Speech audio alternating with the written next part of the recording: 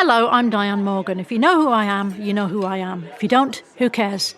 I'm here to explain Italian Time, a holiday phenomenon where Italians throw away their clocks and gather for eternity with San Pellegrino. I've been at this party so long that I've eaten 5 courses, hugged someone's grandma twice, and been offered a job in the family restaurant. So this holiday season, make sure to bring enough San Pellegrino to last you through the meal, the after meal, and the entire goodbye ritual. San Pellegrino, holiday on Italian Time. Good morning, crust. It's a great day to be a bread brother. Ugh, mornings are not my jam. Or jelly. Oh, come on. Stop loafing around. I just woke up feeling hollow inside. Psst, just grab one of the new morning Uncrustables sandwiches, like Bright-Eyed Berry or Up and Apple, filled with 12 grams of protein and tons of deliciousness. Crust, what are you eating? It's just granola, not even yogurt. No crust, no fuss. Uncrust your mornings. I know every operating system like the back of my hand. I have 25 years of experience and have worked with several people from your company. I've been recognized for my passion. My team is everything. LinkedIn delivers candidates who rise above the rest. With an up-to-date view into shared connections, skills, and interests you won't find anywhere else. See why 86% of small businesses who post a job on LinkedIn get a qualified candidate within a day. Post a job for free at linkedin.com/achieve. LinkedIn, your next great hire is here.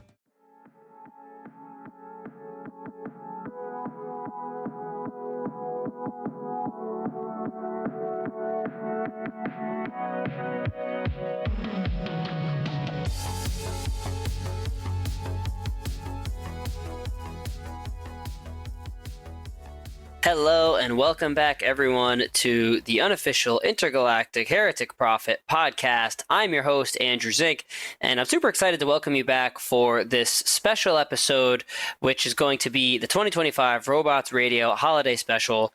Robots Radio is a podcast network this podcast is hosted on, and my other podcast, Ghost of Tsushima, Yote Gamecast. So we got the whole network together, the founder of the network, Tom, got all the other podcast hosts together on the network, at least the people who are available, to just do a nice holiday discussion around what we appreciated in our years, what we would recommend to people, and just have a discussion around it. So really fun time getting to talk with the other podcast hosts on the network. So I took that file, put it into this episode and spliced it all together for everyone so y'all can take a listen to it. Fun times.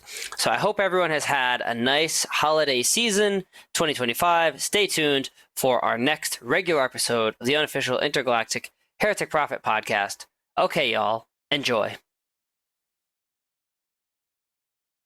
Welcome to the Robots Radio Host Holiday Special episode, where we get together a lot of the different hosts across the Robots Radio network in order to talk about some of our favorite things from the last year and recommend if you've got Christmas gift cards or you're on vacation, if there's something cool you should check out. I am your host, Tom or Robots. I run the network. I also host the Fallout Lorecast, the Lord of the Rings Lorecast, and the Elder Scrolls Lorecast, so you might be familiar with some of my shows. And we have a wonderful group of different hosts from different shows this week. I'm just going to name off some names and they'll introduce more about themselves as we go. We've got Jeremy and Brendan and Sergio and Preston and Sam, and I'm just going to call them Crown, and Andrew and Maverick and Wasteland Ronan. We've different people with different names. Some people use handles, some people don't. But welcome back, everybody. This is so fun every year to get together and see all of your faces, and people are listening to our voices as I'm looking at your faces. But this is a super fun time because we get to talk about all of our favorite things and share a little bit of our personalities for people to get to know us and find out what else is going on in the network. So the topic, as usual, every year is something that was a big favorite of yours from the last year. It can be a vacation, a place you went to, a book you read, a movie you saw, a game you played, something you gave a chance to that you thought wouldn't be so great but was a big surprise. I don't know, a sandwich you ate. I don't know. But kicking us off this week is Sergio from the D&D Lorecast. Sergio, how is it going, man? Happy holidays. Happy holidays. Yeah, my name is Sergio. I am the host of the Dungeons and Dragons Lorecast. You can find us every weekend talking about D&D lore. I'm also on the Rocket Club as a co-host of the 616 Files, where we are deep diving into the Marvel history, like the Marvel universe, like in universe, with acclaimed writer, novelist Sean Hamill. But yeah, I love getting together with the other folks from Robots Radio. It's like a little family reunion every time we do one of these. Yeah, you know what? It makes me think about when I used to work for corporate business companies, and they always have their holiday thing, and then everybody's like, "Crap, I got to go back to work on Saturday for our holiday party." But this is actually fun because we don't have to go to work. We can just hang out and talk about our favorite stuff. And exactly. Yeah, man. So how was your year? What did you get into this year? Year has been pretty good. Just every week in, week out, yapping about lore, doing Tales from the Tower actual plays, which is kind of ties into what my favorite thing of the year was, which isn't brand new to me specifically, but it's something that I just started up again this year, which is running an actual Dungeons and Dragons campaign. Oh, nice. Yeah. I've run them, over the course of my life, but I hadn't run one since 2018, before the pandemic. Mm-hmm. And going into 2025, I was like, I want to run a campaign. I want to run a ongoing campaign. I styled it after as a West Marches style campaign, which, if you're unfamiliar, it's a style of D&D campaign where people can drop in and out. Every session is sort of self-contained, but there's a larger overarching storyline. So folks can come in, play a session, oh, hey, I can't make it next week. That's fine. We don't have to cancel. Just I'll run the session for whoever does show up. Nice. Yeah, it keeps it going, because that's always the hardest part, is corralling all the cats, Right, exactly. Yeah. And so so I started doing that at the beginning of the year, and it's been a lot of fun. And I also started running a Curse of Strahd campaign for some of my patrons on the D&D Lorecast. I just finished up our 8th session, I think, right before I got on with y'all, and it's exactly what you would expect from a D&D campaign. Bunch of murder hobos, bunch of shenanigans, bunch of puns. And that's been a lot of fun. And to top it all off, not only am I doing those, but somebody sent me an ad that our library, or a Facebook post that our local library had posted, and they were looking for DMs. Wow. And so I reached out to the Arlington Public Library, and I'm like, hey, I kind of know what I'm talking about when it comes to D&D, not to toot my own horn, but beep beep. I would be interested in running a campaign. And so I've run a few sessions with them. Didn't run one this weekend. It was my wedding anniversary, so congrats. Props to myself for being married, finding someone to deal with me and staying married. That's usually the harder part. Right. But no, that's been a lot of fun. Just getting together, and one of them is online, 2 of them are in person. And just being able to play with these characters, because before I was just running one shots, and you just kind of do whatever you want with these characters. It's whatever. You're never going to play them again. It's fine. But having to deal with consequences and what you do and what you don't do further on in further sessions is always a lot of fun. So I'm just reinvigorating my love for ongoing campaigns this past year. Nice. Yeah. Do you find that getting back into it after so much time, and I have a feeling a lot of people went through the pandemic and probably had to stop getting together with their groups, right, and have probably been in that recovery phase over the last few years of okay, what does normal look like again? But also, what is it? I haven't done this in a while. What is it like to get back into a campaign? Do you find that it just fits like a glove and you're just right back into it? Or do you find that it just feels a little different now? I mean, I feel like it's pretty much the same. I've been supremely blessed with the West Marches campaign that I'm running. I run it at a local pub, and they were actively searching for someone to run games on their game night. And so I started running games for them middle of last year, but they were just one shots, sort of to, get people used to hey, there are games going to be being played here on Tuesdays. So, definitely get used to that. And so once the campaign started, I figured this probably will fall apart eventually. But recently I had a session with like 8 people showed up. Wow, that's a big session. Yeah. We fought a bunch of Duergar in the Underdark. It was fun. Nice. So if somebody wanted to get into this, and this is one of the things I want to focus on for the holiday special, is bringing our audiences into this world of the things that we enjoy. If somebody was out there and they're going, you know what, I've always wanted to try D&D, but I've never done it, or I've played D&D, but I've never been a DM. What would you, like, real quick, what would be your like first thing you would recommend they do in order to get into that? If you want to just go out there and play D&D like in the real world, check out your local library, check out your local friendly gaming stores, and see like what's available. See if there are games already being run, and if there aren't, see if you could possibly run one. And if you want to DM, just check out any number of YouTube videos, folks like Jenny D, who can give you tips on how to run games, how to be a good DM. But honestly, if you are worried, if you look at Matt Mercer or like Brendan Lee Mulligan as like the archetype of DMs, you're only going to set yourself up for failure, right? Because these folks they get paid. This is their job to do this. Yes. Like likely you're only doing this for fun. Like no one's going to expect you to have every rule memorized. No one's going to expect you to know every single like niche and nuance of the rule set. So just learn as you go, learn as much as you can, and just try to make it fun for the players. Yeah, it's like we're going to cover All I Want for Christmas, and now I expect myself to sing like Mariah Carey. Right. Exactly. And for like 99.9% of the population, that's never going to happen. That's not going to happen. But if you can if you can sing all, if you know the words and make it entertaining. Yeah. Even if you're an okay singer, it's still enjoyable. Just don't expect to become Mariah Carey, right? Like right, exactly. Same kind of thing. Yeah, that's some great advice. Let's open this up. Anybody else have any questions for Sergio about DMing a Dungeons and Dragons campaign for the first time in a while? I've got a question. And hey, this is Sam. This is Sam from Mass Effect Lorecast. Hey, Sam.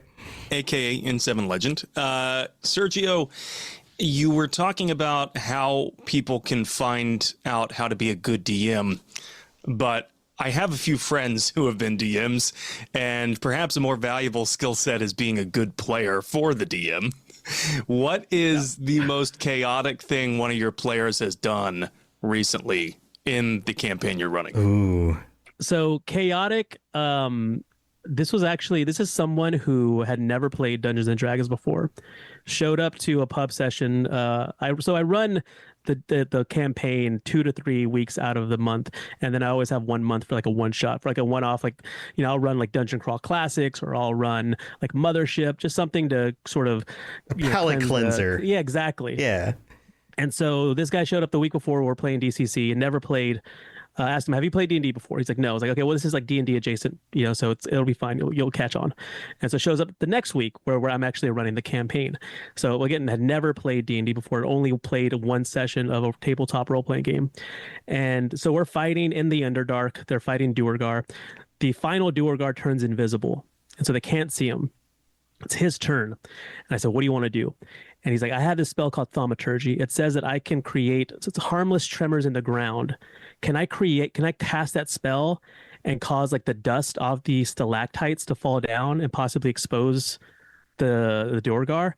And I was like, you abso-freaking-lutely clan. Smart. Let's go. That's a smart one. And I'm like, I think I found the Oracle. I think I found the one. Yeah. This is what you always want as a DM, is for your players to get creative with their abilities and not just do the typical thing.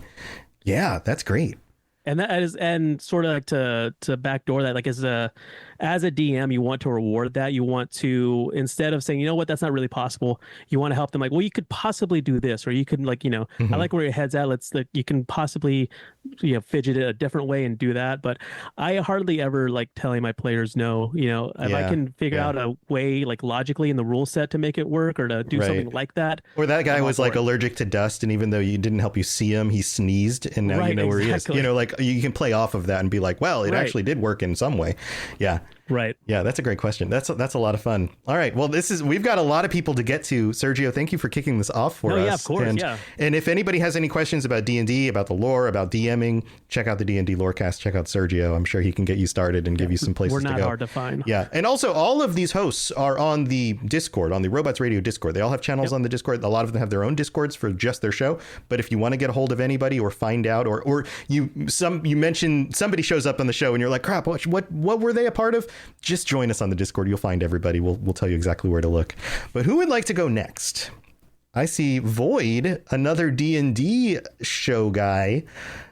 Jeremy, Void, how's it going? Hello, how are we? I hear you're you're a little bit sick for the holidays, but you made it. Yeah. So congratulations. So, hi, I am Jeremy Geyser. I am the DM for Dungeons and Dipshits, a live play D&D podcast, the Faded Light campaign. And we just basically, I have made a world and my 4 players made their characters and I set them loose and they are on the track to dismantle a government. Mm-hmm. And they just keep on shaking off the dust from the ceilings in order to find where that hidden government is. They have been trying. Okay. Cool. They tried to bend the rules, but it is very blatant that you can't do what they want to do with the certain things. Yeah. So yeah, sometimes you got to reward the creativity, but sometimes you got to rein it in.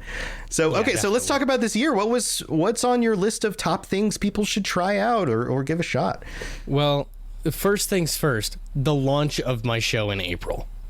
That was the biggest thing that I had this year. Mm-hmm.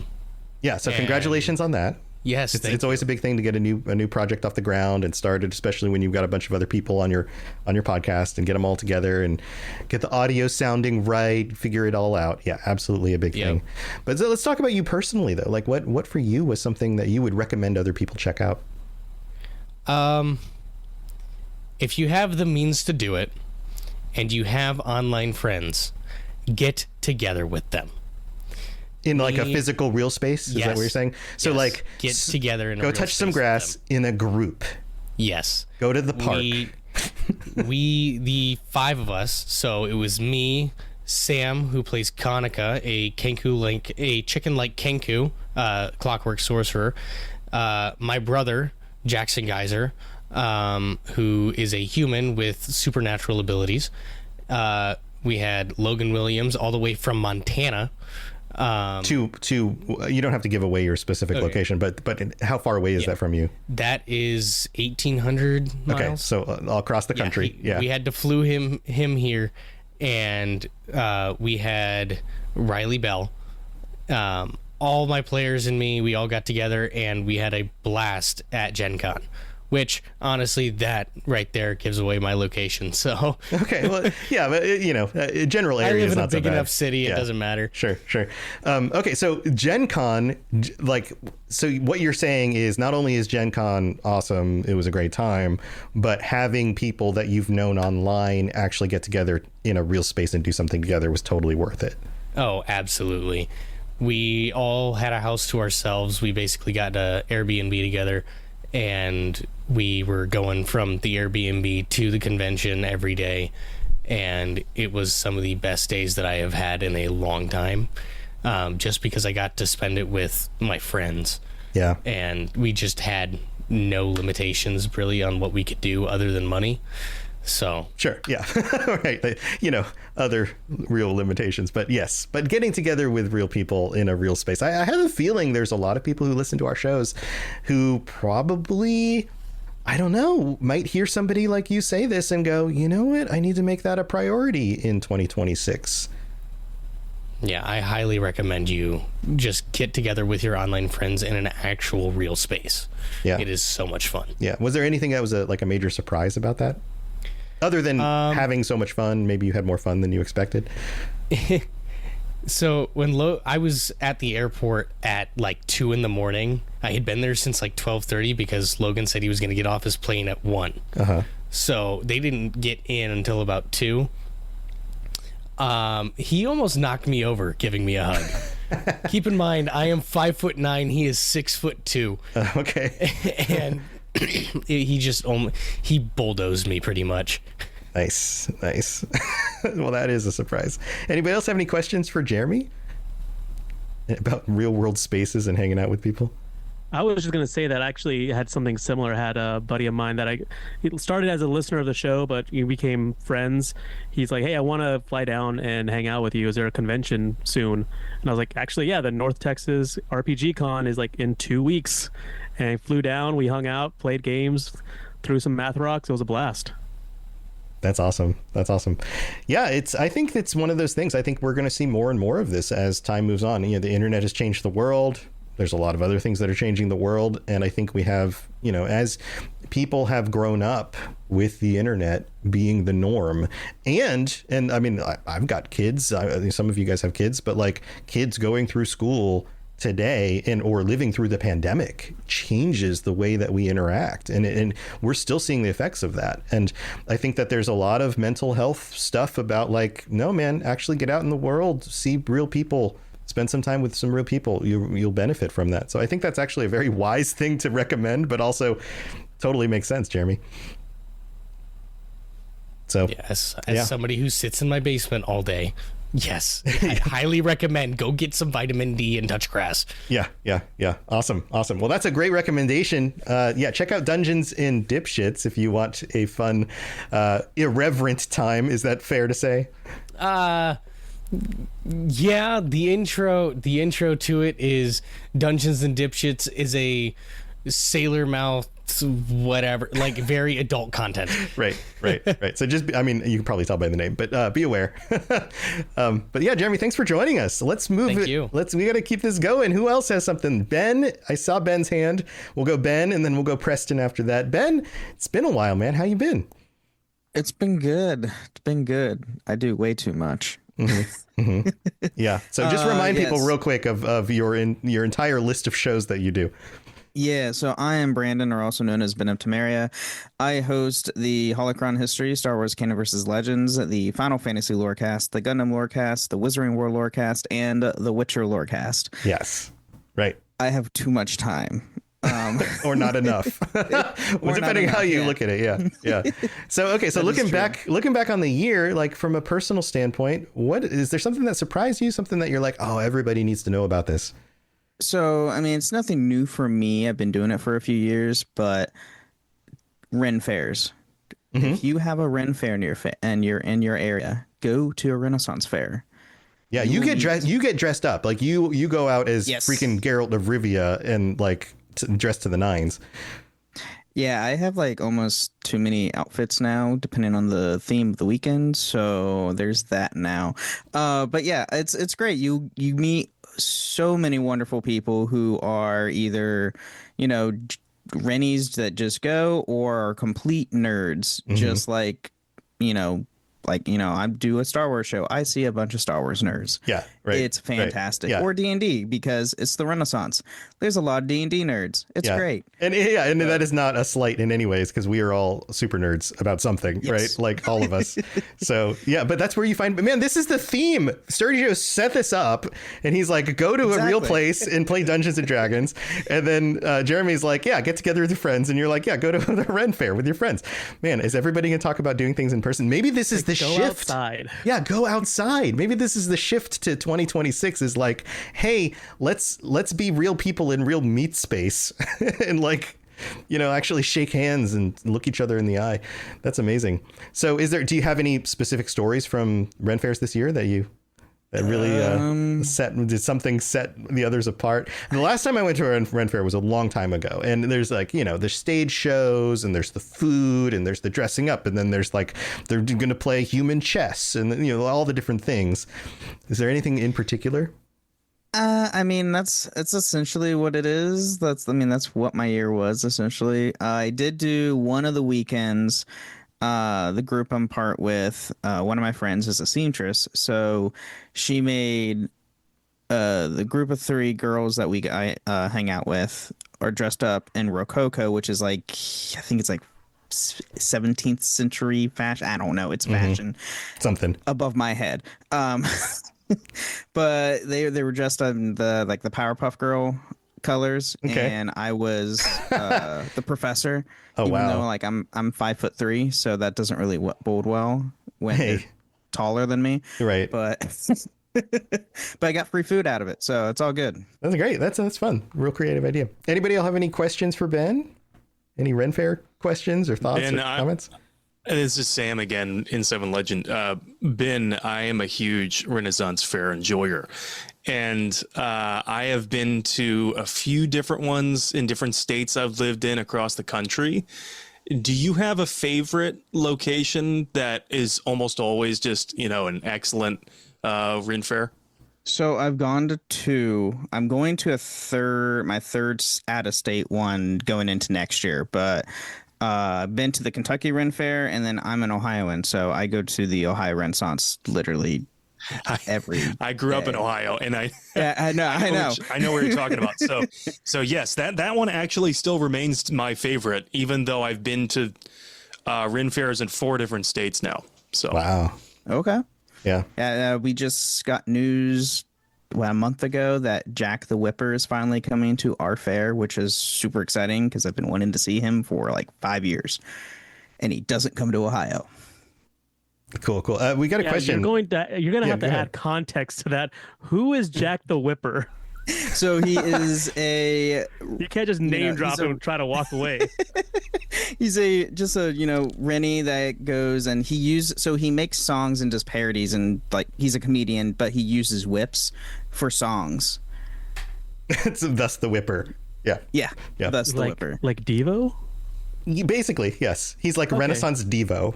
Okay, I'm down. That's all you have to say. It's like Whip It Good with mandolins. Yeah. Pretty much. I'm 100% down. Yep. Wasteland Ronan, did you have a question? I saw your little hand. Yeah, this is Wasteland Ronan from the Metal Gear Lorecast. And as a fellow Ohioan, I understand going to cons because there's nothing else to do out here. Yeah, all but corn. all the corn. Well, cool, man. Bren, you got it. Ben, I said Bren. I combined Ben of Tamari and Brandon into one word, Bren. Anything else to wrap this up on your side? I mean, not really. I mean, just go outside, have fun. Hey, this is Bill Simmons from the Bill Simmons Podcast, here to tell you that Michelob Ultra, the official beer partner of the NBA, is bringing NBA fans closer than ever this season with chances to win great prizes, including courtside tickets. Enter now at michelobultra.com/courtside. Michelob Ultra Courtside 25 to 26. No purchase necessary. Open to U.S. residents 21 plus. Begins on October 1st, 2025 and ends on June 30th, 2026. Multiple entry periods. See official rules at michelobultra.com/courtside for free entry deadlines, prizes, and details.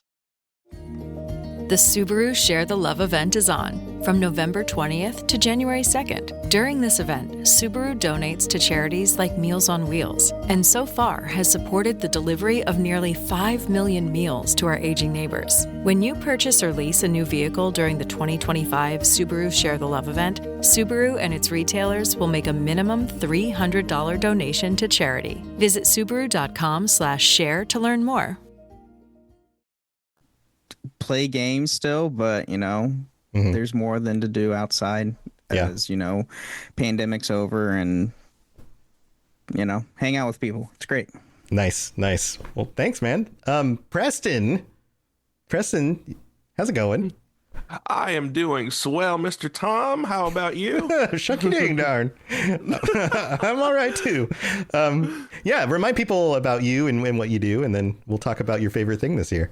I am Preston Hardin, also known as DJ Atomic Wolf in some circles. I am the creator and showrunner of True Vault Escapades, a Fallout audio drama, which is quite literally what it says. It's a Fallout audio drama, but it's a show designed like a 1940s radio show, but it's in Fallout New Vegas, and it turns 10 next year. Wow, so 10 years. I'm pretty excited for that, setting up some cast interviews and stuff like that. But other than that, I also have BioShock the Midnight series, kind of a slightly underrated drama I've put together, which, if you like BioShock, it would help if they released another BioShock game one of these years, and then people would I'm waiting. Start searching again for BioShock stuff. Yeah, hopefully someday. But hey, what was your year like, and what did you enjoy that you would recommend other people check out? The year was amazing. It was full of writing and planning and promotion and stuff like that. But the highlight was definitely, speaking of real space interactions, Good Springs 2025. I have never been to the Fallout fan celebration before, and I've been asked to come there and for years now. And I'm not the most social person. I can mask it pretty well, but the fact that I had to drive all the way over to Nevada and make this happen, I was like, no, I got to do it this time. How long of a trip? How long of a trip was that? That's like 20 hours about. I'm from Texas, so. Yeah. Oh man, you're driving through like the west side of Texas too. Oh. Yeah. Getting out of Texas is the worst part. Oh man, yeah, that takes forever. Yeah, and I'm still trying to get over my fear of flying. That could have just cut it in half. But that aside, I absolutely love that I did it. It was the best. I met folks like Maverick. I met a lot of fans in real life. I got to do a panel with our fellow network host, Lawrence McNamara from the Modus Files. I never did a panel before. So for this to be my first con, anything like that, any sort of real space nerd interaction thing, this was amazing. I absolutely loved it, and I highly recommend people go, even if you're not a Fallout fan. It's just a really good vibe over there. Yeah, I didn't make it out this year, and it's one of those things that always pops up on my list, and I'm like, I don't know if I can make it work, but I did see all the pictures, and it did look like it was a blast. That was great. It was absolutely great. Yeah, let's open it up. Anybody have questions for Preston? Guys, I'm sorry, just to jump in here. Yeah, go, Maverick. This is Maverick. I host the Fallout Roundtable. Of course, I met Preston at the Good Springs. In Good Springs, we had some great conversations. It's not really a question, Just wanted to chime in. Yeah, you were there too. That's awesome. Great. Yeah, That's awesome. I was there. Very cool. Okay. All right, thanks, Maverick. Andrew, yes, Maverick was awesome. Andrew's got a question. Hey, y'all. Can everyone hear me? Yeah, man. Cool.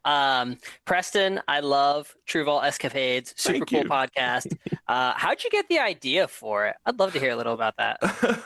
It was all kind of like a weird segue. So Fallout introduced me to the media of old. So like the music obviously is a huge part of Fallout, but it was also Herbert Daring Dashwood from Fallout 3, my first Fallout, which was just these tiny radio plays. And then I started to listen to actual radio plays. I listened to one called Nick Carter, Master Detective.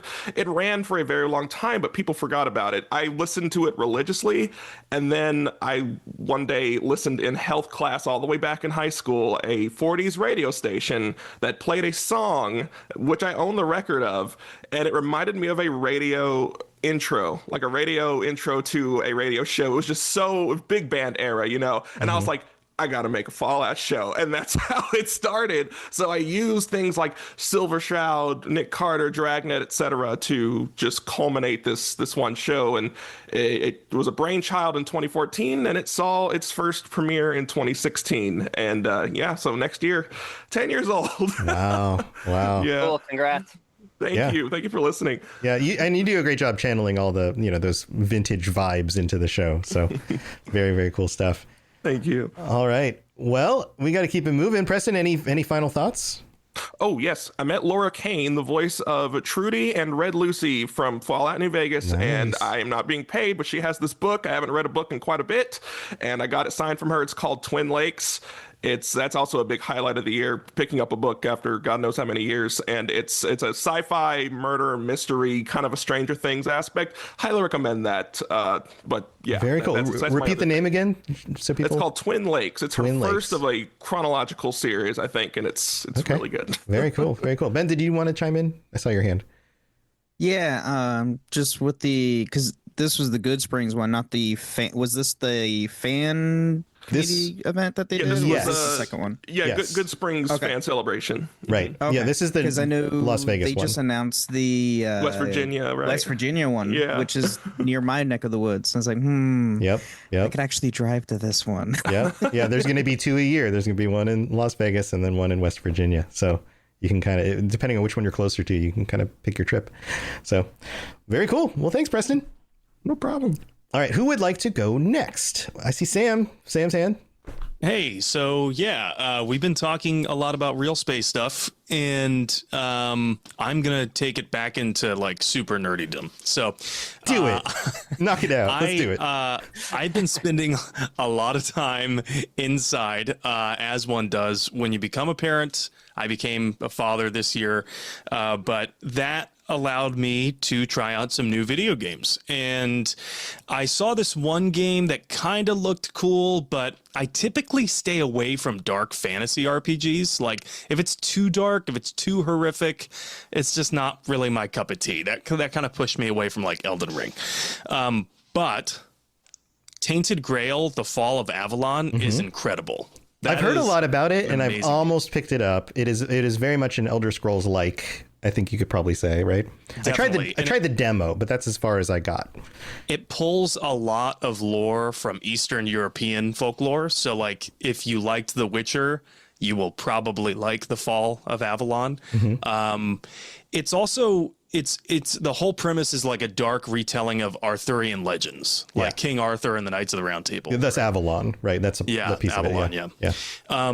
And for me, I think King Arthur is cool, but if I'm just being honest, I don't know anything at all about Arthurian legends. Right. I just like the vibe and the aesthetic is cool. So I went into that knowing nothing. And even so, it's a great game because not only does it reward the kind of exploration that will have you looking behind every staircase, every nook and cranny, where it's not just cool loot and unique items with unique art with those items that you'll find, but it's really hilarious quests as well. Like, for example, I just did this quest yesterday where I'm walking through a town and this lady comes up and approaches me and asks me to help her find her husband. I'm like, okay, this sounds like a run-of-the-mill quest, right? Yeah. But it's not, because apparently she had been feeling like her husband was drifting out of love with her. And so she had heard tales of a witch in the fields and that she'd have to go meet that witch at midnight and that the witch would always grant one wish. So she told the witch that she wished her husband would be happy with her again. Okay. And the witch gave her a potion, and the potion turned him into a pig. This is straight out of like Grimm's fairy tales, like the original ones or something. Yeah. So he becomes a pig, and the witch's justification when you meet her is that, well, he's as happy as a pig in mud. There you go. He's happy again. I did it. And you can talk to him, which is hilarious because he's like doing these pig grunts like the voice actor is doing pig grunts in between the lines, and it's so well done. And he still talks even though he's a pig. That's great. Well, the witch will like cast a spell basically so you can converse with him, because it turns out he went to go live with the witch. And he's happy there. And he's actually happier. He's happier as a pig. He does not want you to turn him back. So it becomes, is it even ethical to turn this guy back into a human against his will? Right. It's also you're right. It's very witchery. There's a lot of quests in Witcher games that are kind of like that too. Yeah. And there's multiple branching ways that quest can end. Ultimately, the quest doesn't really matter. You can skip over it. But effectively, if you want to be chaotic, you can tell the witch that I want them to be together again, and the witch will say, okay, fine, well, just convince the wife to wear this bracelet, and she'll become a pig too. Right. Nothing ever goes back the way you expect it. Yeah. Yeah. That's great. So yeah, then you have to deceive her. But anyway, yeah, it's a great game. Very much enjoying it. I saw you had it on your wish list, Tom. Yes. So yeah. Definitely suggest it. I tried the demo a while ago. It released. It was still kind of in. I mean, it was an official release, but I heard that it was still a little buggy. And by the third act, the game kind of needs a little bit more work. And so I've been holding off because my thing is, if I buy it, I will play through the parts that I can play through now, and then they will update it, and then I won't go back and play the updated stuff because I'll be on to whatever the next thing is. So I'm kind of just waiting for the right moment to jump in. But I know that they announced some other big updates, I think just like the last week or two. So it might be about time. They just put out a free DLC yesterday. Yeah. And so it might be time to jump in for me. But I saw Wasteland Ronin had a question for you. What do you want to know? Yeah, so who inherits the property after they become a pig? Because isn't it technically they're out of their ownership of the land? So if they both become pigs, then it's just a free property. That's true.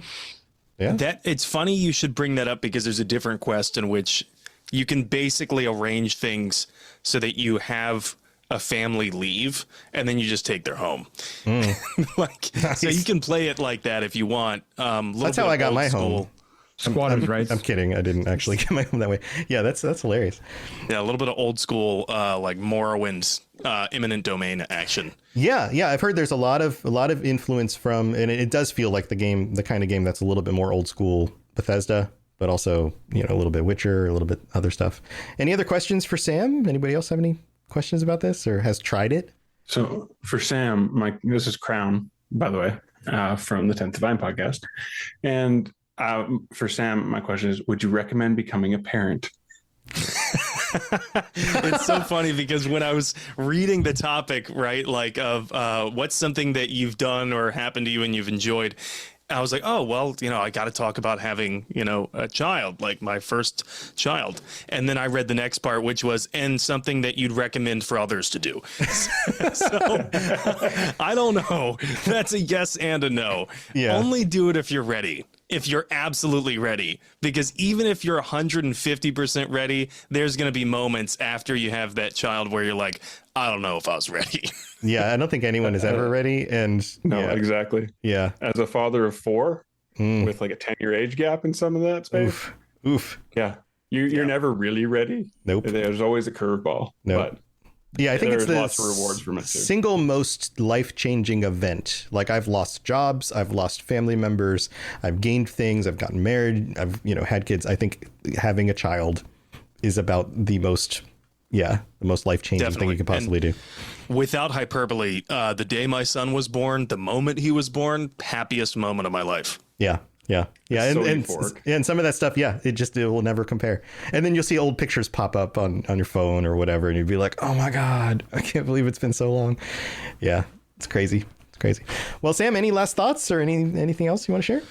Yeah, I saw Tainted Grail Fall of Avalon on sale for I want to say 40% off or something like that on Steam. So I think it's only $20 right now, something like that. Yeah. Anyway, go try it out if you're curious about it. If you like first-person open world RPGs, just go try it out. I think you'll very much enjoy it. Awesome. Yeah, maybe I'll have to pick it up for the holidays. Be looking at that right now. Yeah, a lot of people have been talking about it, and man, there was all sorts of buzz with the Game Awards where I don't know if you guys watch certain subreddits, but the Elder Scrolls subreddits were like, are they going to announce the release date for Elder Scrolls 6? And of course they got themselves all worked up, and it didn't happen, of course.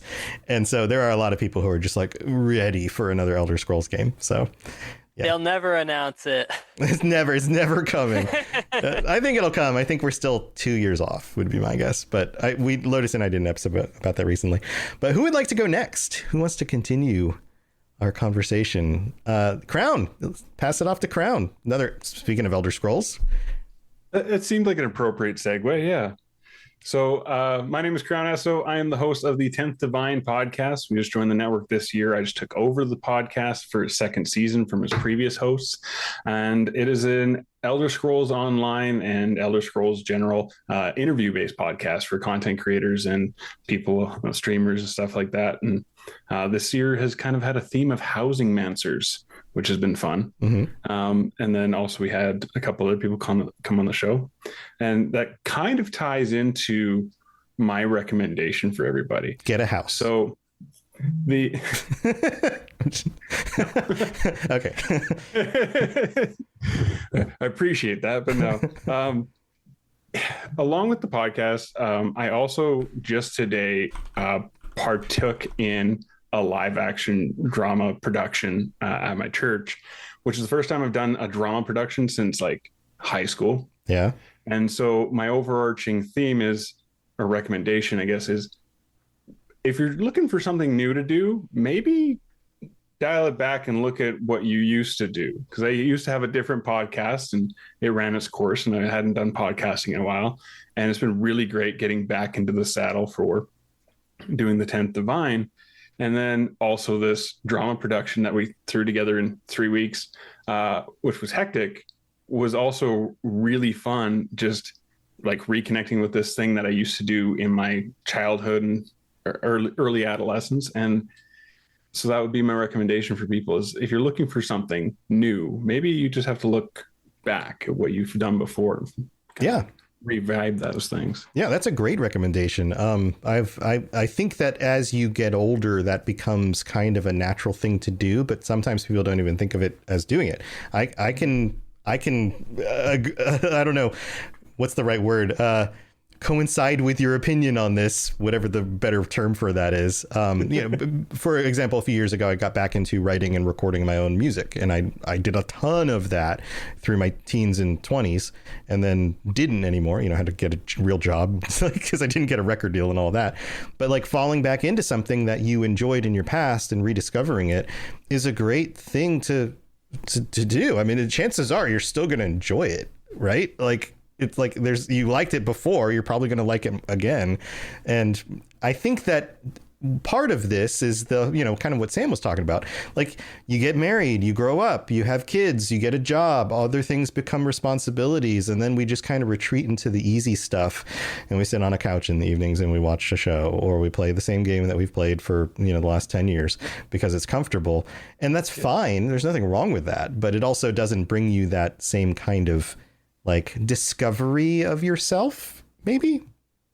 Do you think maybe? Yeah. Is that a good way to say it? Yeah. So here, let's open it up. Anybody have questions for Crown and getting back into that kind of, so this was like a stage play thing you were doing? Yeah, it was, we did our own interpretation of the Three Wise Men. Right. For the Christmas stuff. Wise guys. Yeah.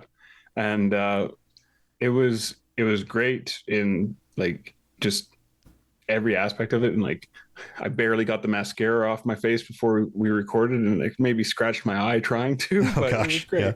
Yeah. Stage makeup and all that. Yeah.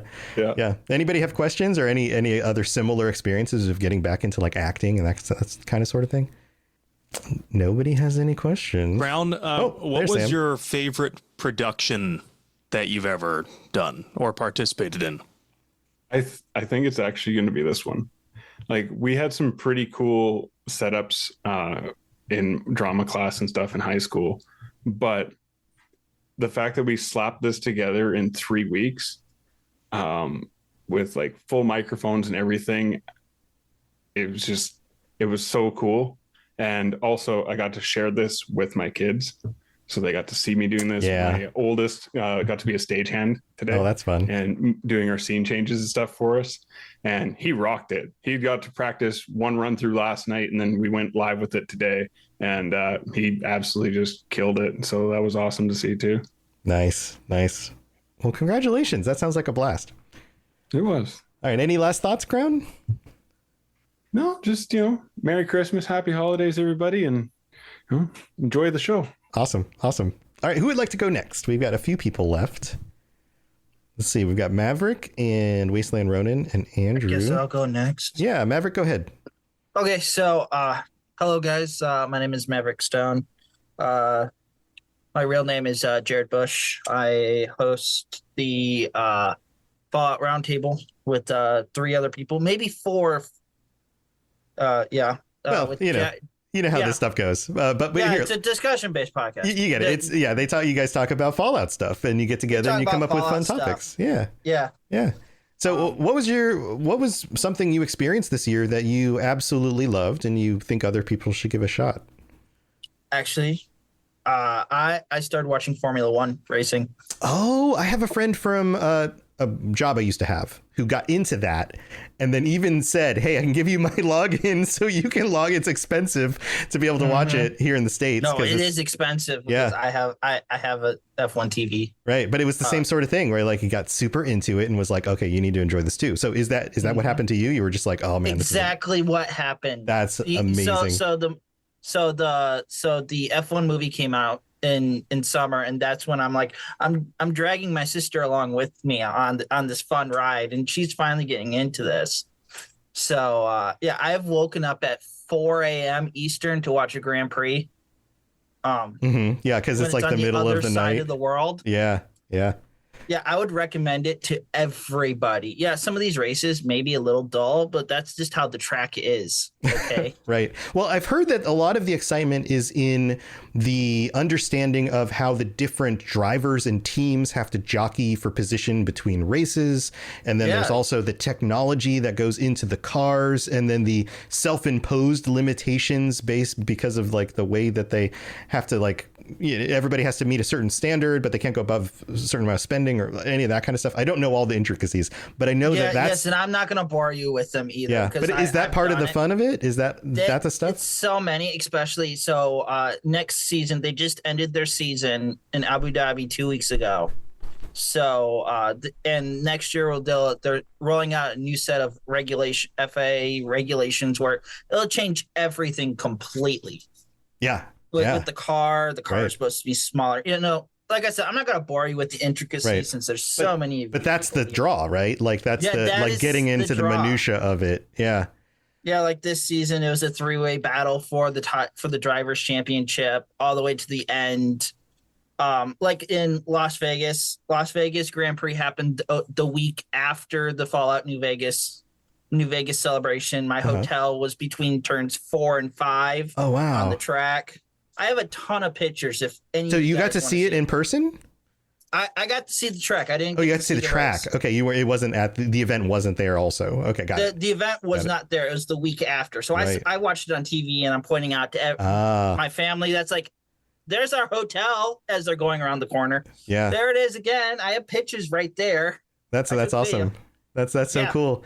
I used to work in a high-rise building in a downtown area, and the year that I was working there, they had a race. It wasn't F1, but it was a street race where they closed down the downtown roads. But those drivers were still going like 80, 90 miles an hour on roads that you're supposed to drive 25 or 30. And we got to stand outside the fences, and the cars would come directly at us and then turn like 90 degrees, like brake and turn like 4 feet away from us on the other side of the fence. And it was ridiculous. It was amazing. I think Andrew has a question. Andrew, what do you want to know? Yeah, I was going to add, I've also started watching. I only have time to catch the highlights of F1, but it's so cool. And maybe Maverick, you'll know the answer to this, but one question I've had is with the tracks, like, are they there all the time, or are they actually closing down streets and roads in some of these places?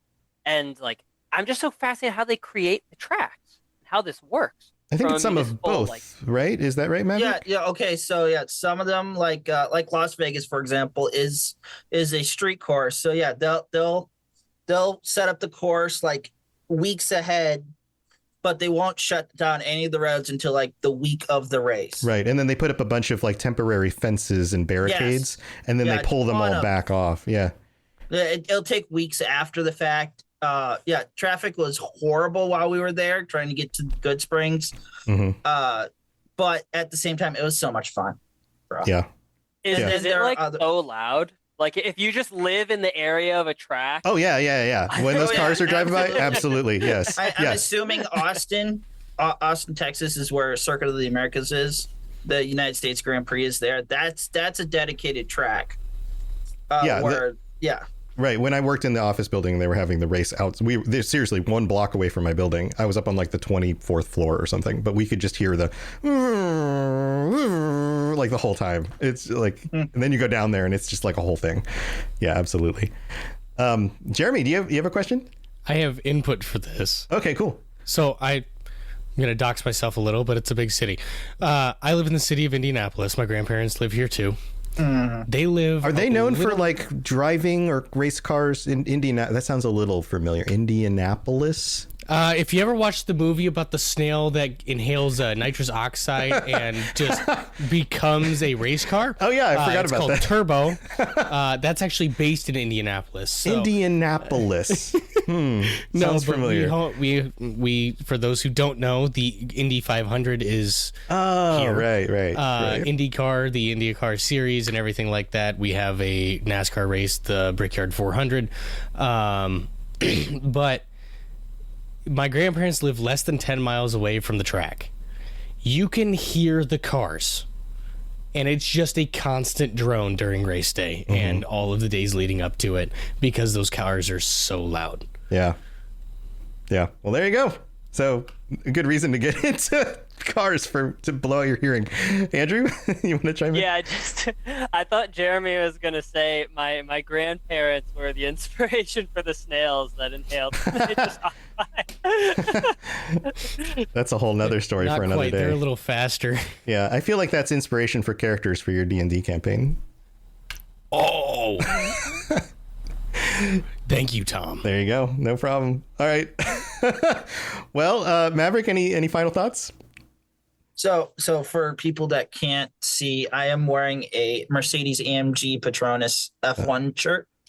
I would like to say, if you are going to go into this, be sure to have self-control when you're buying the merchandise. It is expensive. Very expensive. Sounds like an easy way to blow a lot of money. Yeah. Yes. I have blown almost $1,200 already. Wow. A lot. Wow. A lot of money. Well, you're a super fan. This is now your thing. Maybe that's the next podcast you start. Is like an F1 podcast. I've thought about it. You're talking to people who, make podcasts for nerdy things. Nerdy things. Ask Ben how much money. Ask Ben how much money he's put into costumes for Ren fairs. Yeah. Yeah. But besides that, no. Actually, if you can't make all the races or like watch them, don't worry about it. There's a ton of stuff on YouTube. Go through their YouTube channel and everything. Cool. Good tips. It's a ton of fun. Yeah. It sounds really cool to get deep into. So thanks for sharing that. All right, Andrew, I think you were hands up on the next. Do you want to go next? Sure. Yeah, introduce yourself. Maybe a lot of people, this is your first time here. People may not know who you are. Thank you. My name is Andrew, host of the Intergalactic Heretic Prophet podcast and Ghost of Tsushima Yotei podcast as well. Yeah, I'll just say one thing as background. So I became a parent about 3 years ago, and in the midst of parenthood, I didn't have much time for much else. And I was just finding myself a little disconnected. I told all this to Tom when we first talked. I was finding myself a little disconnected just from my childhood growing up interests, Mass Effect, Fallout, music, all these things. So I started looking up podcasts. I found the Mass Effect Lorecast, I found Fallout Lorecast, I found D&D, I found all these things. And so for the last 2-3 years, I've just been listening to all these podcasts. And it really did just return me home, just reconnected me with my center, my interests and everything. And I feel like everybody really needs that at some point in life, especially if you're going through parenthood. Because a lot of people here know that. So it's super crazy to now be sitting here amongst all of you as one of the chosen few. Or, you chose yourself. I would give yourself credit too. It's one thing to listen to a bunch of creators and go, one day it'd be really cool to do something like that. It's another to actually take the step and to start doing things, because you don't know what you're capable of until you actually give it a shot.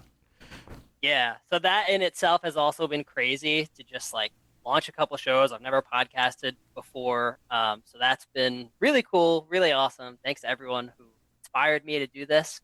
And I'll dive into the prompt here. The thing I would recommend from this year for everyone here and all the listeners is old video games. And I'll list off a couple. So I played Ghost of Yotei, but immediately following that, I found this 2002 Star Wars game called The Clone Wars. That's all it is. Yeah. Star Wars, The Clone Wars. Yeah, I remember that. I've never heard of this game. Yep. And I'm a huge Star Wars person. I could not believe this. I found it for $2 on the PlayStation Store. So I was like, you know what? Let me just try this. This game was awesome. It's like shooters, and you're soldiers. You're in the clone army, right? It's kind of like a tank game for the most part. There's some on foot combat that is honestly horrible and breaks the game. Okay. But it's also hilariously lovable for PlayStation 2, and they just remade it for PS5. So here's what was really cool about this. I went straight from Ghost of Yotei to this. Then I found Far Cry Primal, which was in 2016, which again, that's 9 years ago, which 2016 is now kind of an old game. That's crazy. Yeah. I know. Yeah, it's I know. crazy to think about. Yeah. Yeah, so I was realizing this, like, what quantifies an old game? And actually, I got the idea to launch a podcast because I played The Last of Us again this year for my first time. Mhm. That was 2013. Wow. That's also kind of an old game at Yeah. this point. So yeah, and so Far Cry Primal was awesome. Like, I could not, I've never even played a Far Cry game before. Oh, wow. But it's set in 10,000 BC, like right as the Neolithic Revolution is happening, the discovery of farming, creation of tools, all these things. So just a super cool setting. And between like this 2002 Star Wars game, Far Cry Primal, I just was like, there's so many cool old gems out there to be found. And that's my recommendation for everyone. That's awesome. That's awesome. Games, stuff you come across. Yeah, I also discovered old games again because I launched the Retro Recall show that I've been doing now for a little while and have been playing through like really old stuff. We're talking like NES games from like 1988 and stuff like that. And man, is it like some of these games I haven't played since I was a kid, and and I'm old. So it's been like 3+ decades since I played some of them, but like going back and like that nostalgia is real, man. Like both trying stuff I haven't played before, like you were mentioning, but also going back and trying stuff that I like did play. And I'm like, I don't really remember this whole thing very well. And then being surprised by it. It's a thing for sure. For sure. Yeah. So let's open this up. Anybody have any questions for Andrew? Ben? Do you like Star Wars games? If you haven't played KOTOR, play KOTOR. Already done, my friend. Thank you. Good.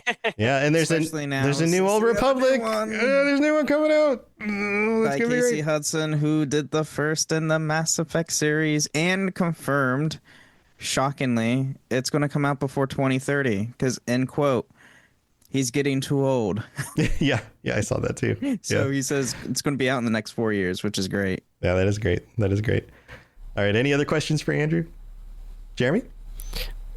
Would you consider Minecraft an old game if you're considering Last of Us an old game? Minecraft came out in 2011, but it keeps getting updated with bigger and bigger updates. Yes. Skyrim.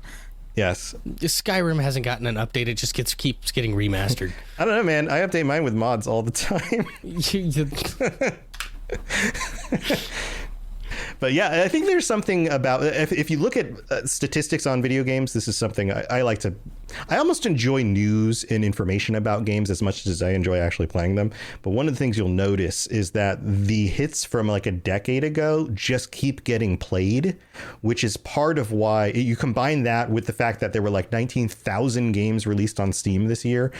There's just so many new games, and so many of these classics are still great, that we're at this point where it's like, do we really need to play a new game? Not always. Like a lot of us are just happy to going back to the old stuff or rediscovering, like Andrew, like you mentioned, like rediscovering stuff that we didn't play initially that were great games. And we're just like, I just never gave it a shot, but it's still good. I think it's kind of like the movie industry, right? Like you look back at like the old black and white pre-talkie films, and they're interesting to watch, but they don't really scratch the same itch as like a real blockbuster movie would, right? But once you get to like the 40s and 50s, all of a sudden it's like, okay, no, these actually still hold up, especially the really good ones. And then from that point on, a good movie is a good movie. It doesn't really matter when it was made. And I feel like we're entering that phase of video games. We're just lagging behind because games are a newer genre, I guess, or a newer platform than movies are, right? Andrew, do you think that's accurate? Yeah, I would definitely agree with that. And one of the things that like was just a really cool realization from this is like how much some core mechanics are what make games fun.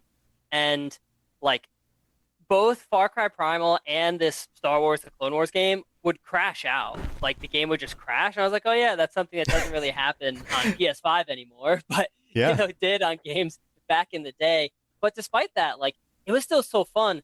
And even like the new EA Star Wars Battlefront 2, I would argue there's things that this 2002 Star Wars game has that the new Battlefront does not, that made it more fun and more compelling for me to play, which is just like really wild to consider, Yeah. Maverick? Yes, I'd like to say the older Star Wars Battlefront 2 is better than the new Star Wars Battlefront 2. I still play it all the time. It's on my Xbox. I'm probably going to play it after we're done here. He's inspired again. Jump back in. Yeah. since my Fallout 76 isn't working right now, for some dumb reason. Bummer. But sad with the new updates coming out. But anyway, I heard Star Wars Battlefront, and I'm like, I have to take this moment and say the old Star Wars Battlefront 2 is better than the new one. Yeah, I think a lot of us do shows about games or game series that have been around for a long time. And I have a strong feeling that is the majority of our audiences would probably agree that there are certain games that they go back to and they're like, you know what, nothing beats this still, you know? And I can look at each of you. Our audiences have been around a long time. Yeah, maybe. Sergio, what were you saying? I was saying this is my emotional support Oblivion. Yeah. So Andrew, any final thoughts on this one? I'll just say, just give old games a chance, y'all. They're fun. You never know what you might find. Yeah. I have a question for Andrew. Sure. What's the next old game on your radar? What's the next thing you're going to aim for? Actually, like 2 nights ago, I started the 1997 Turok, original one. Oh man. And I only ever played the 2009 Turok on Xbox 360 when I was a kid, and that game was awesome. So again, I just saw it for $2 on the PlayStation Store. I was like, all right, I'll try this out. Mm-hmm. And I mean, don't get me wrong, it's slow. There's things about it where sometimes they don't always age well, but I still find it so fun to play and to see this is where Turok started. And there's obviously a new Turok game that is maybe releasing in 2026.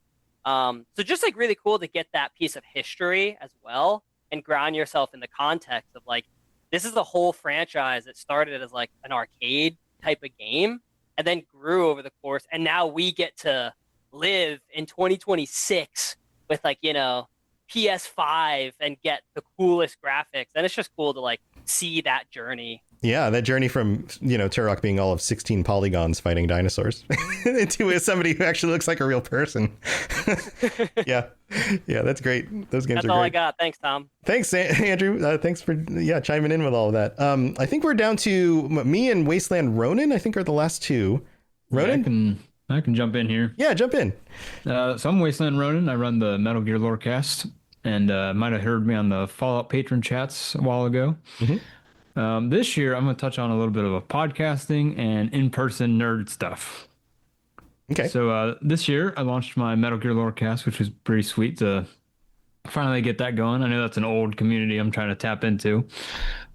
Like many of our shows, it's a series that's been around for a long time. Yeah. I've been playing that since it was PS2, so I've been playing that since I was 6. I figured it was a good time to start my own podcast on that. But the other thing is we started a Fallout RPG style podcast, which I won't dive too much into it because it's not ready for release, but we're working on that in the background. And then coming next year, I'm starting a Battletech Lorecast, if anyone knows what that is. It's also known as Mech Warrior or Battle Droids back in 1984, which Lucasfilm, they had to change the name because Battle Droid was not available. So droids, yeah. Yep. So that's coming next year. But for in-person, I recommend, first off, as somebody that has spent way too much in miniature models, if you want to get into D&D or some type of tabletop game, I would inform you to ease into it because it can get expensive real fast. But yeah, D&D, we just started one of those, an actual in-person game, and that was really cool. And then also this year, I became a demo tester for Battletech, so that was pretty cool to... This is Jason Momoa, and I'll be your finance professor today. Welcome to Banking Smarter 101 with Chime. Bam! First lesson, sign up for Chime and set up direct deposit. You'll be joining millions of members banking fee-free. Second lesson, get cash back on eligible purchases while building credit and a higher APY on your savings.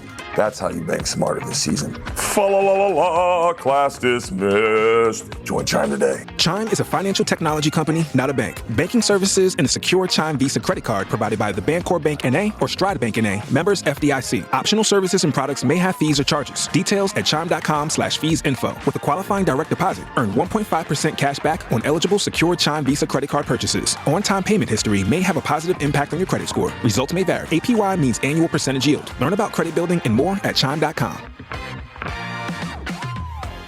Are you a forward thinker? Then you need an HR and finance platform that thinks like you do. Workday is the AI platform that helps propel your organization, your workforce, and your industry into the future. Workday, moving business forever forward. That's pretty cool to partake in. It's a voluntary thing, but being one of my favorite games and having over like 300 mechs as miniatures, I think it's about time I take bigger part in the game. Nice. Yeah, that's so you have a similar experience to Sergio, but also the idea that you can sign up as like a tester for things or to help with projects for, games and software and things like that is a very real thing. There are a lot of modding teams that are looking for people to just test out what they're doing or to learn some basic skills in order to get into stuff. But there's also a lot of indie developers that would love just the help. And if you love a thing and want to support it, that's absolutely an avenue for you, for sure. Anybody have any questions for Wasteland Ronin? Jeremy?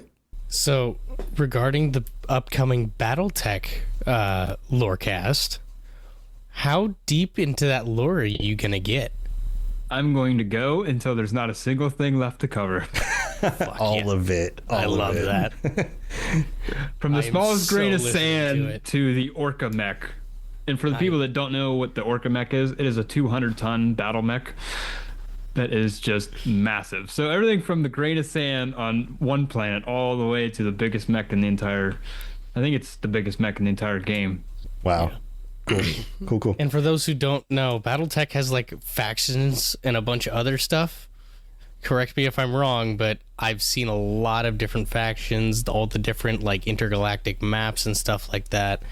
And it's almost... The lore, I believe, is just a little smaller than Warhammer. Than 40K. If I'm not mistaken. Yeah. Too bad we don't have the 40K guys on right now. I'm sure they would have been here if they could have, but they could chime in about that. But yeah, that sounds really cool. And I remember playing those games a long time ago, like, and all the different type models of the mechs and the different mechs. paint you could put on them and like different squads and all that stuff. It's very cool. My collection now, it's a 6-foot shelf, and I need more room for models because I'm running out of room. But yeah, lore-wise, Battletech is almost the scale of like 40K itself. There's just so much lore, and it spans over a couple thousand years, and it's been out since like 1984. Yeah. So it's not the same size as 40K, but I would say it's like the next step down as the depth, in depth of amount of lore that goes into it.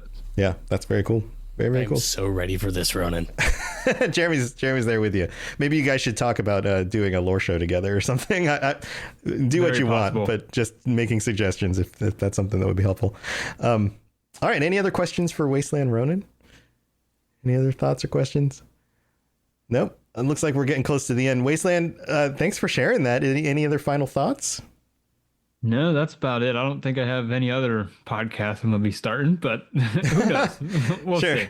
It's always tempting, right? Yeah, I am going to start porting it over to YouTube because I'd love to start making videos for Metal Gear and then Battletech. Definitely Battletech because there's a lot of stuff that the names are definitely going to get confusing. So being able to see a visual aid would be way more helpful. Yeah. Well, good luck with all of that. That's awesome. All right. I guess I'm wrapping this up. So I was going to say the Oblivion remaster came out earlier this year, back in like March. And that was going to be my, like, you got to go back and play it. And so my Elder Scrolls Lorecast friends are going to be like, yeah, go back and play that. But I'm on the theme of real world stuff, real life stuff, meat space stuff. And also on the theme of being a parent. My son is 15 this year, and I don't know, 5-6 years ago, bought an electric drum set. I used to play in bands. I can play guitar and bass. I can drum okay. I do a variety of different things. And so I got him started on that like in elementary school. And he was, picking up drums pretty quick. And then a year ago, he got into playing bass. He wanted to play bass guitar. So he got a bass guitar. And then this year, he's been wanting to play. He has a school band. Not just like a school jazz band or orchestra, but like an actual like rock band, a school rock band.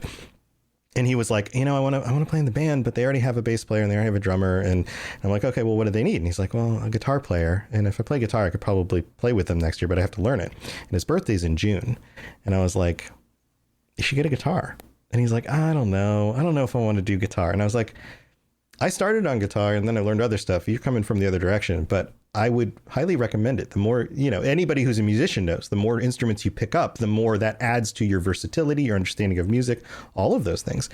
And so he did. He was like, okay, I'll ask for a guitar for my birthday. So splurged a little bit, got him, a beginner guitar, but a little bit nicer amp because, it's nice to have something that you can trust.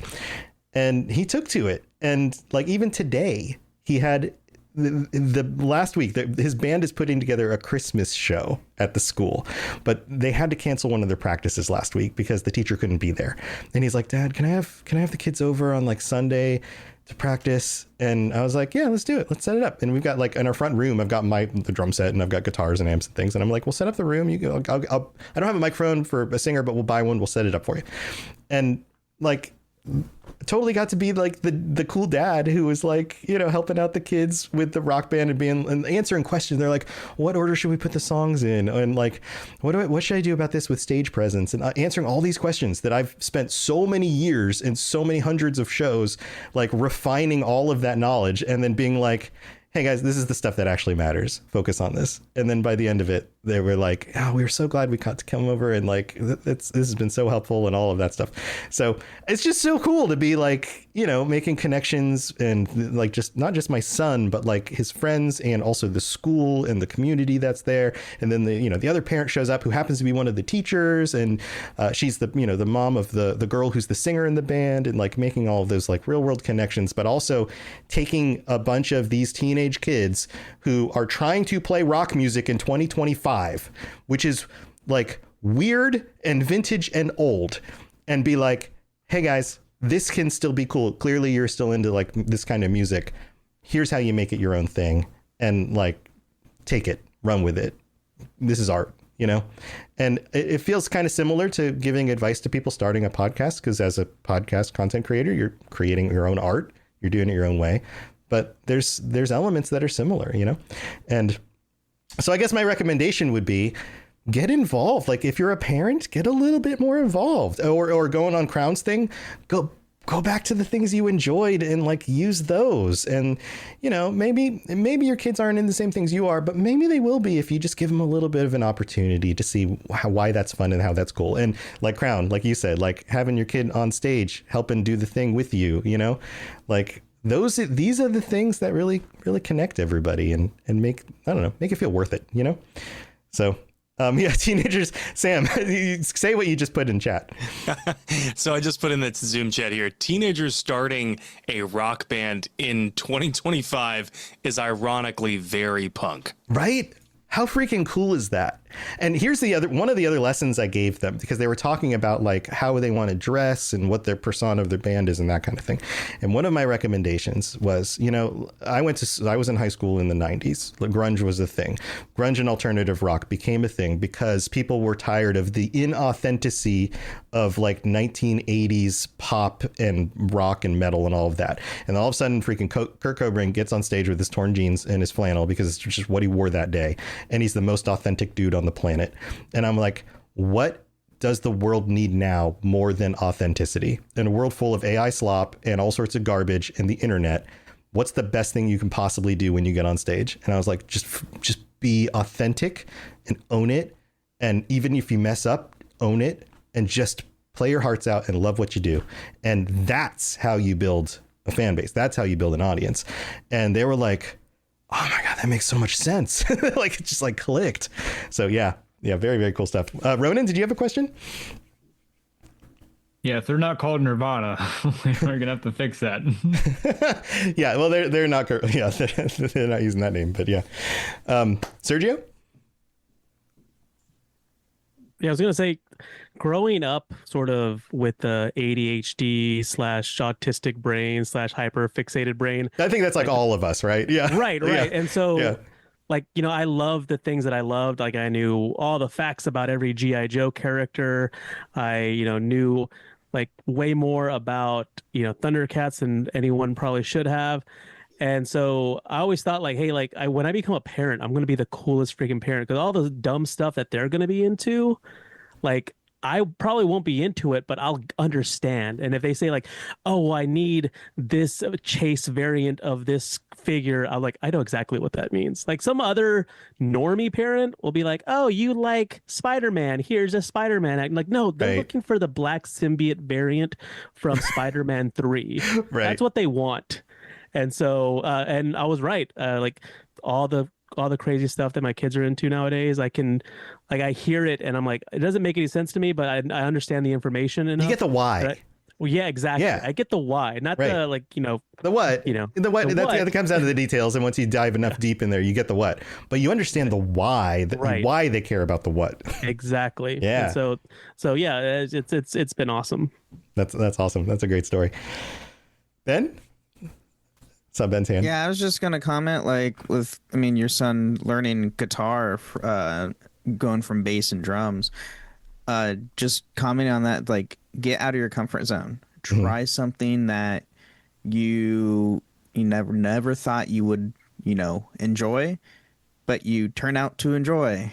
I did that last year when I got into acting and doing voice acting, or even just podcasting. Like, do something outside of your comfort zone and grow with it, and you will see how much joy it brings to your life. Right. Yeah. You don't really grow unless you're uncomfortable. I think it's one of those like timeless things, right? Like you got to get a little uncomfortable to grow.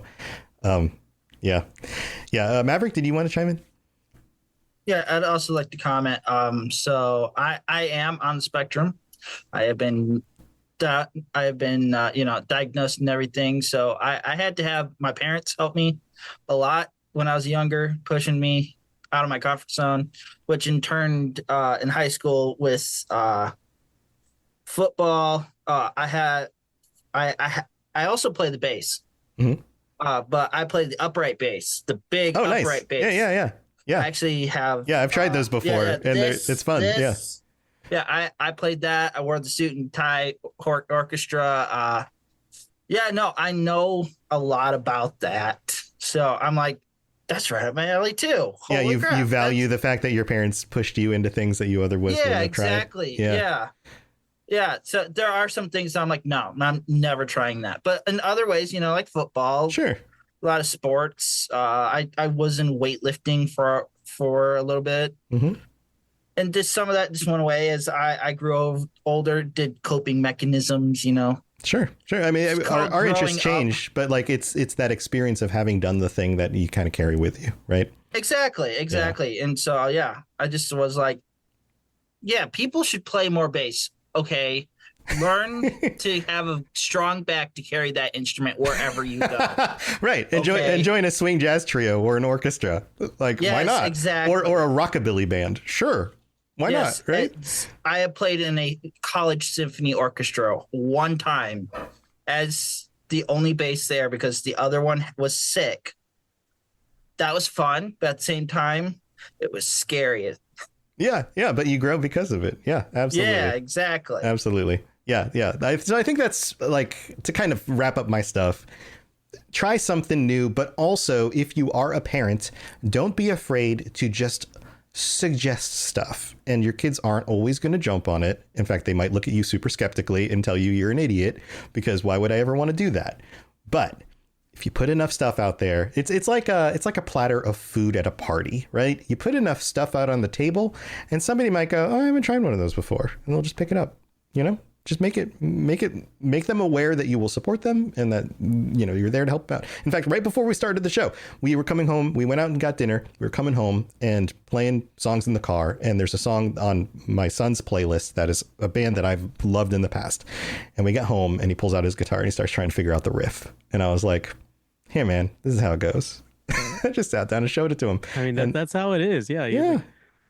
You listen, you just like that sounds cool. How do you play that? Right. He started playing it and he's like, I think it's over here. Is this the first note? And I'm like, yeah, here, it works like this. And then I was like, okay, let's plug it in and turn it up, because that's when you really get the feel for like the way the distortion plays with the drop D tuning or whatever, and he's like, okay, cool. So yeah. So there you go. Those are our tips. And everybody, thank you so much for taking the time to get together, and happy holidays to everyone. Let's go back through and remind people about your name, what shows you're on, and then one final message to them. And just like one sentence closing message that you would give everybody for their holidays. And I'm going to go back through on the screen the way everybody's in order. So we'll start with Jeremy. Jeremy, thanks for joining us. Thank you. Hi, my name is Jeremy Geyser. I am the DM for Dungeons and Dipshits, a live play D&D podcast. This is just outros. Like, you can find me on the Discord. Yeah, everybody knows where you can find everybody. Okay. So just give them the closing message. Just like, what is your final message? It could be like happy holidays. It could be a final tip about something. One thing you want to leave them with. Go out and do things. Go do things. Like, get out of your room. Yeah. Quit being a recluse. I've learned that the hard way. Yep. Good one, Jeremy. All right, Ben. Yeah, you can. I'm Brandon, or also known as Ben of Temeria. You can find me on the plethora of shows that I host: Holocron History, Star Wars Canon vs. Legends, the Final Fantasy Lorecast, the Gundam Lorecast, the Wizarding World Lorecast, and the Witcher Lorecast. As far as final message, I mean, just, do something that you would normally not do and roll with it. Yeah. Good one. Sergio? Hey, my name is Sergio, the host of the Dungeons and Dragons Lorecast, the co-host of the 616 Files.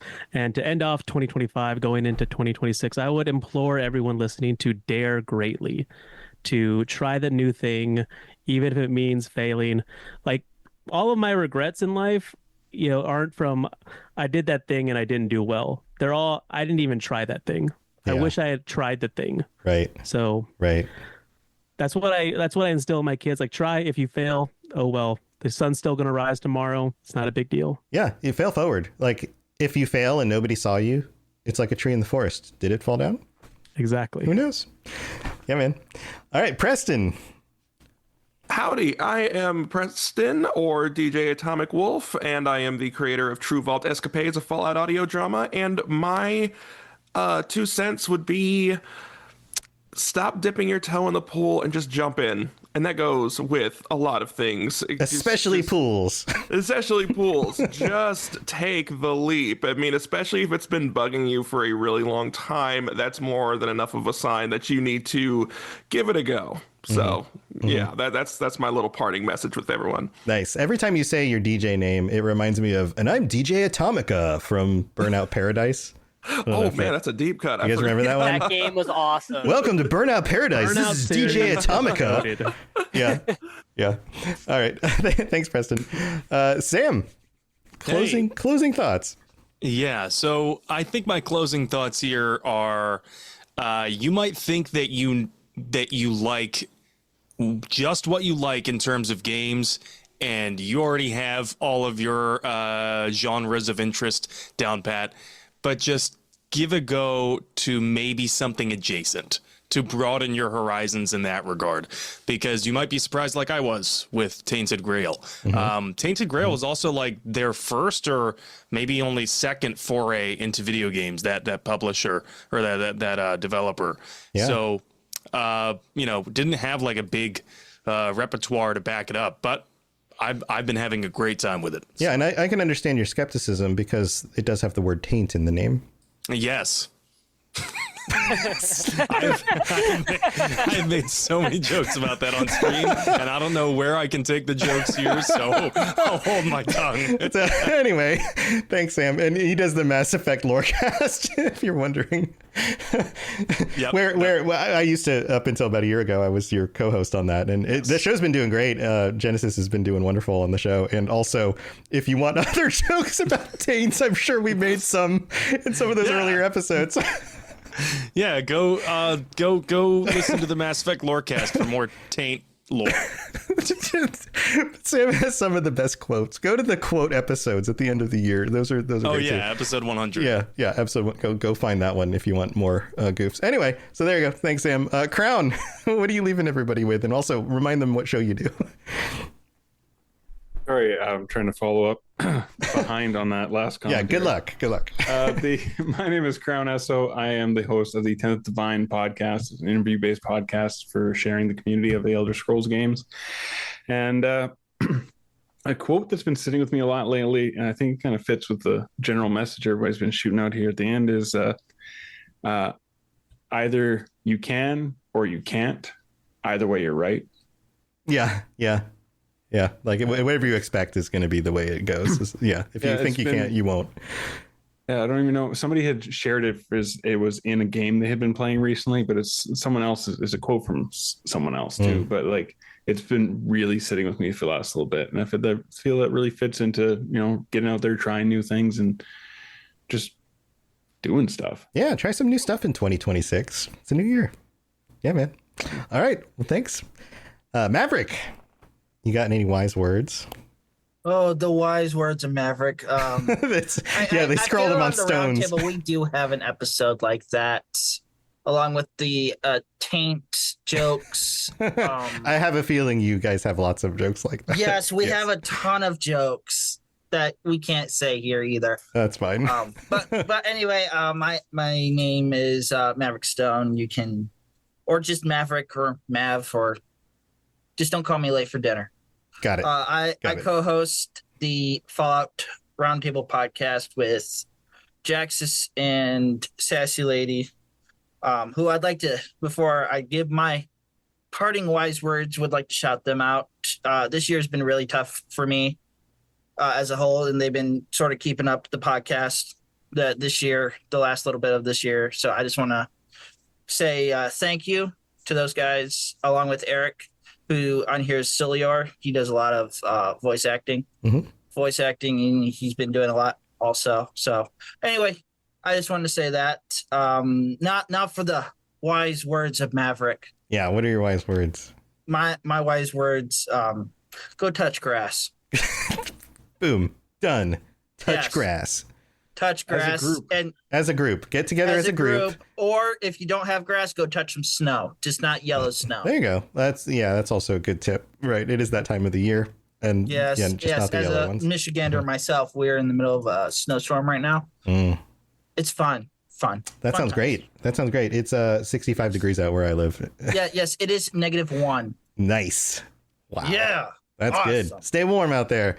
Maverick, thank you so much. No problem. Wasteland Ronin. Oh, this is Wasteland Ronin. I'm the host of the Metal Gear Lorecast and soon to be Battletech Lorecast, which I have not released the official name yet. But I would say take small steps daily to leap over time. Oh, okay. Man. And really, we're making anatomy jokes. That's a little below the belt for me. Nice. Yeah, outside of the anatomy jokes, I feel like we are writing a bunch of really good lines for fortune cookies. Like all of us. Like maybe we should do yearly fortune cookies and put them out there for people to get. I don't know how you do that. I'm sure there's probably some like made to order fortune cookie company out there somewhere that we could give them all the different things and they could just make them. I don't know. Last time I asked for fortune cookies, the lady kept saying, and then. Wait, what? If you know that movie reference. No, what is that from? That was a Dude, Where's My Car reference. Oh, was it? Oh, yeah. Yeah. Look up on YouTube. Yeah. I never saw Dude, Where's My Car? I know of the film, but I never did see it. Yeah, look up And Then on YouTube and it'll pop up and you'll be cackling. It's hilarious. Got it. Well, thanks for joining us, Wasteland. And then Andrew, it's just you and me left. Hey, y'all. Yeah, I'm Andrew, host of the Intergalactic Heretic Prophet podcast, which is a game that has no release date. So who knows? It'll be out when it's ready, Yeah. And Ghost of Tsushima Yote Gamecast. I'll just say happy holidays to everyone and chase your passions. Find things you're passionate about, and that's how I found Robots Radio. I mean, I feel like in the early years of parenting, it can be just so tiring. At the end of every day, I was just feeling like, man, I'm exhausted, and oftentimes just watching TV, and then just feeling like, am I really like loving this right now? And that's how I got led to Robots Radio. Like, what did I love? And for me, that was Mass Effect, Fallout, and all these years later, I'm sitting here with all of you. Yeah, that's awesome. Crazy. That's awesome. Yeah, it feels good to be a part of something. It feels good to be able to like make a thing rather than consume a thing. I think maybe that'll be I guess I have to wrap this up. So maybe that'll be my thing is like, if you find yourself regularly for your own entertainment and just kind of, in your spare time because work is stressful and family life is stressful or whatever, if you find yourself constantly consuming things and feeling empty from that, make something. Think about making a thing. Now, maybe that's not a podcast. Maybe it is. Maybe I'm sure there are people out there who are like, you know what? I'd love to start a podcast. And I would be remiss to not say, hey, come join the Rocket Club. I can help you out. But outside of that, maybe that's not your thing. Maybe your thing is, I want to act in a play. I want to DM a Dungeons and Dragons game. I want to start pickup games of basketball in my neighborhood. Whatever it is, make a thing, make a team, make a product, make art, get out and like add to the world in a place where there's so much, I don't know, AI garbage and all sorts of inauthenticity. Be a human being and make stuff and share it with other humans and get out there and be with some other people. Ronan, did you have one more thing you want to chime in with? Yeah, and for those people that, they don't want to make their own podcasts, if they don't want to do that or whatever, they can always support their podcast, write into your podcast or even send in a single question because someone else out there might have the same question you do. And just by that quick little snippet, you could change like the entire way people think about the game, or maybe like, add more information to it. So yeah, there's so many ways to support your podcast that you like. Yeah, and I talk with a number of people. I try to answer people's questions on our Discord all the time, and sometimes I end up responding to people who they will shy away from doing something like a podcast because they'll look at a lot of us who are the hosts for our shows, are the voice for our shows, and they'll assume that they have to do everything else. They're like, but I don't know how to edit. I don't know how to write a show. I don't know how to post it online. I don't know how to, the hosting. I don't know how to get advertisers. I don't, like all of these other things. But oftentimes shows are made up of people who specialize in individual things. So maybe you're really good at writing something, but you're not the right person to be the voice and to be talking to the microphone. So team up with somebody, find somebody who helps support that. There's ways of combining your efforts. You don't have to go it alone, that sort of thing. So yeah, get to know people and, touch some grass, I guess, is the whole message of that's our holiday message this year, is go touch some grass, everybody. But we're going to wrap up the show. Thank you, everybody, for being here, for continuing to listen to all of these shows, and for your support of the network, whether that's simply just continuing to be here and listening, sharing the shows with people that you know, or supporting us on Patreon or any of that stuff. And I know we all have some wonderful plans for the next year for more content and things that we are putting together. And we'd love for you to continue to be a part of that. And as always, if you want to get a hold of any of us, if we've said anything tonight that you were like, oh, I want to check that out, or I want to get involved with doing the thing that you mentioned, feel free to jump on the Discord. There's a link in my show notes for my shows. And I know a lot of you guys have links for the Discord, and you can even just Google like Robots Radio Discord. You'll find a link, and then come join us on there, send us some messages, and otherwise have a wonderful holiday. Enjoy some time with your friends and family, touching grass or snow, as long as it's not yellow. And we'll see you next time. Bye, everybody. Take care. Bye. Bye, all. Bye. Bye all. Good morning, everybody.